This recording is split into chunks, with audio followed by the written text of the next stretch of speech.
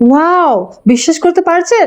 মাত্র ১৫ দিনে Facebook content monetisation হয়ে গেছে আমার। আর ইনকামও চালু হয়ে গেছে। কিভাবে মাত্র ১৫ দিনে এটা সম্ভব হলো? আর কাল রাতে যখন আমি ড্যাশবোর্ড খুললাম তখন কি দেখলাম? চলুন পুরো গল্পটা আজকের ভিডিওতে আপনাদের হ্যালো বলি। এভরিওয়ান, আমি রিম্পি। আশা করি আপনারা সবাই খুব ভালো আছেন। আজকে না আমি বেশ জলদি জলদি ঘুম থেকে উঠি। সকালে উঠে আগে ঘরের বাসি কামগুলো করে নিয়েছিলাম। তারপরে ভাবলাম পাকঘরে একটু বসে সকালে রুটির সাথে খাওয়ার জন্য আর দুপুরে রান্নার জন্য টুকিটাকি কাটিয়ে দেখলাম। সবটা কাটিয়ে নিয়ে অল্প যা ছিল সবজি তাই কাটিয়ে দেখলাম।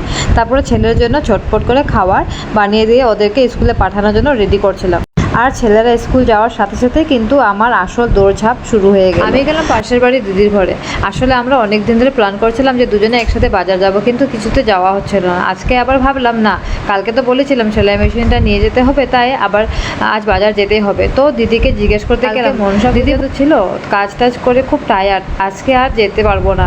তো আমি বললাম ঠিক আছে দিদি, কোনো ব্যাপার না, অন্য একদিন আমরা একসাথে চলে যাব।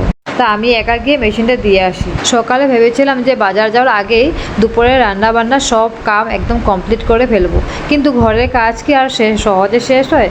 কাজ করতে করতে স্নান করে ঠাকুর দিতে দিতে 10টা বেজে 30 মিনিট হয়ে গেল। তখন ভাবলাম না, আর দেরি করা যাবে না, আগে বাজারটা সেরে আসি, তারপরে এসে রান্না বসাবো।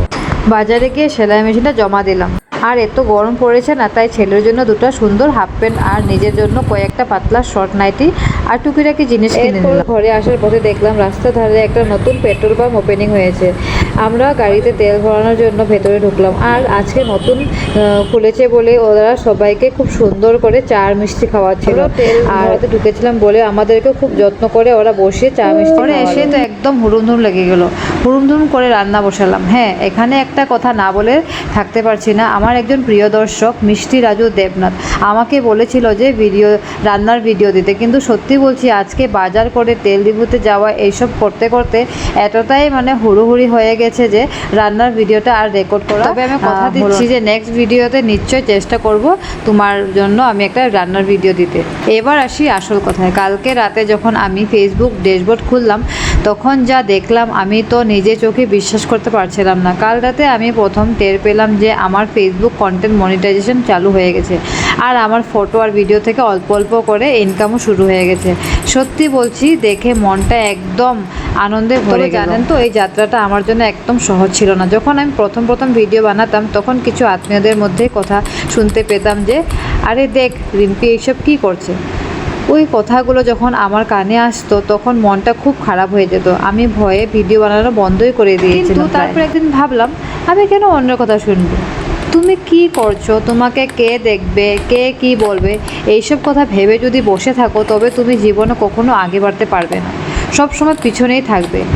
এখন নিজের জন্য ভাবা খুব দরকার। আমি আমার নিজের জন্য কেন ভাববো না? আমাদের মতো অনেক মেয়েরা আছে যারা শুধু এই লোকের ভয়ে ভিডিও বানাতে পারে না।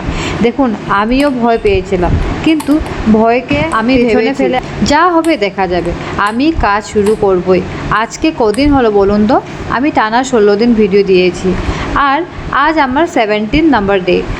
এতটুকু দিনে যদি নিয়মিত ভিডিও দিয়ে যদি রিম্পির কন্টেন্ট মনিটাইজেশন হতে পারে, ইনকাম চালু হতে পারে, তবে আপনারা কেন পারবেন না? নিশ্চয় পারবেন। তাই আর না দেরি করে, না ভেবে কাজ আজ থেকে শুরু করে দিন। আজকে যে রিম্পি এত দূর আসতে পারছে, এটা একমাত্র কারণ কে জানেন? আপনারা আমাকে এত সাপোর্ট করেছেন বলেই তো এটা সম্ভব হয়েছে। মন থেকে আপনাদের সবাইকে অনেক অনেক ধন্যবাদ। আশা করি আগেও আপনারা আমাকে এইভাবেই ভালোবাসা আর সাপোর্ট দিয়ে যাবেন।